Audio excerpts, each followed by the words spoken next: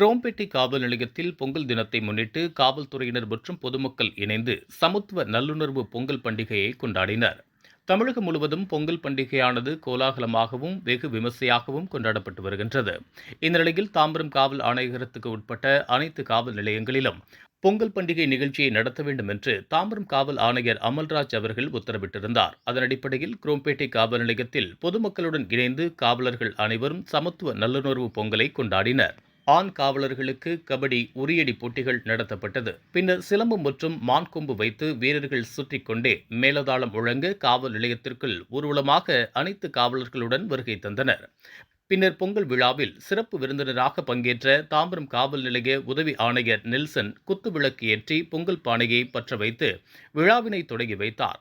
அவருடன் குரோம்பேட்டை காவல் ஆய்வாளர் ராஜசேகர் மற்றும் சக காவலர்கள், பொதுமக்கள் இணைந்து பொங்கலை சிறப்பாக கொண்டாடினர்.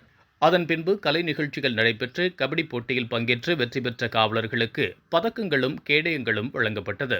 பொதுமக்கள் மற்றும் காவல்துறையினர் இணைந்து கொண்டாடிய சமத்துவ நல்லுணர்வு பொங்கலை பார்த்து அப்பகுதி மக்கள் காவல்துறையினருக்கு பாராட்டுகளையும் நன்றிகளையும் தெரிவித்தனர்.